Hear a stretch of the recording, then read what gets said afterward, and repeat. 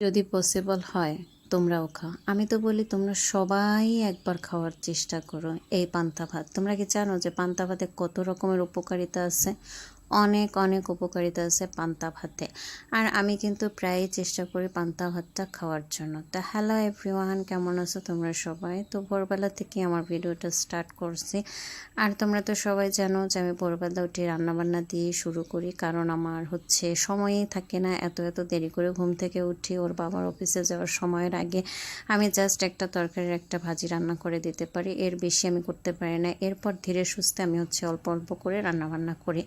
এর কথা তো তোমাদের আগেই বলছি। তো যাই হোক, আজকে হচ্ছে সব কিছু রান্না করা সত্ত্বেও আমি পান্তা ভাত খাইছি, কারণ হচ্ছে গতকালকে তোমাদের নিশ্চয়ই দেখাইছি যে আমি তালের বড়া বানাইছিলাম। আর তালের বড়া খেলে প্রচুর পরিমাণে গ্যাসের সমস্যা হয়। আর তোমাদের যাদের অতিরিক্ত গ্যাস্ট্রিকের সমস্যা আছে তারা প্রত্যেকটা দিন সকালবেলা পান্তা ভাত খাইতে পারো। যদি তোমরা খাও তাহলে কিন্তু অবশ্যই তোমাদের এই গ্যাস্ট্রিকের যে প্রবলেমটা আছে কিছুটা হইলেও সলভ হবে, অনেকটা কিন্তু পেট তোমাদের আরাম দিবে। যাই হোক, আমি তো উপকার পাইছি, যার কারণে তোমাদের সাথে শেয়ার করলাম, কারণ তোমরা তো আমার ভালোবাসার মানুষ। আর ভালোবাসার মানুষদের সাথে তো অবশ্যই ভালো লাগা ভালো থাকা এসবের কথাই শেয়ার করতে হবে। তো আজকে আমার কই মাছ দিয়ে রান্নাবান্না করব, কারণ আমার কাছে কই মাছটা অনেক বেশি ভালো লাগে। যদিও এটা হাইব্রিড দেশাল কই মাছ, যদিও এখানে পাওয়া যায় না।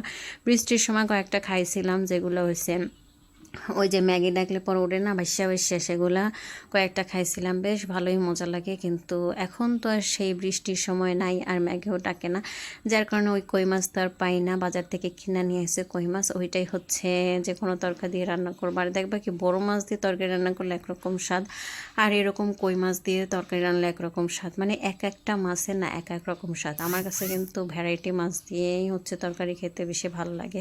তো এই যে দেখো, আমি কিন্তু সকাল সকাল উঠা তারপর হচ্ছে পান্তা ভাত রেখে দিচ্ছিলাম। যদিও এখন 10টা বেজে গেছে, ভাতটা একটু কেমন যেন গইলে গইলে গেছে, একটু নরম নরম হয়ে গেছে। যাই হোক, কোনো ব্যাপার না, খাবার ফালাই দিতে হয় না, এটাই আমি শিখছি। আমার ঘরে যদি কখনো এরকম বাসি ভাত থাকে, আমি তো সবসময় খেয়ে নেই, যতটা সম্ভব পারি খেয়ে নেই, ফালাই না কখনো। আর আমার পুকুরে যেহেতু মাছ আছে, তো কোনো খাবার বাইচে থাকলে ওটা আমি রেখে দিই, একদম পুকুরে ফালাই এসে আমার মাছের খাবার হয়ে যায়। তো এই যে আমরা মা মেয়ে দুপুরের খাওয়ার পর একটু গল্প করতেছিলাম, আমাকে বলতেছিলাম আমি তোমার কে হই। ও আমাকে বান্ধবী বলে ডাকে, আর আমার কাছে মনে হয় মা মেয়ে দুজনেই বান্ধবীর মতোই জীবন কাটায়, সময় কাটায়, এরকম কিন্তু আছে, তাই না? আমার মাও কিন্তু আমার বান্ধবীর মতোই ছিল। আমি আমার সব কিছু কিন্তু আমার মায়ের সাথে শেয়ার করতাম। অবশ্যই এটা একটা বয়সের পর হয়, এখন ছোট আছে। ওকে আমি বলতেছিলাম যে তুমি আমার কে বলো তো, তখনও বলতেছিল আমি তোমার বান্ধবী।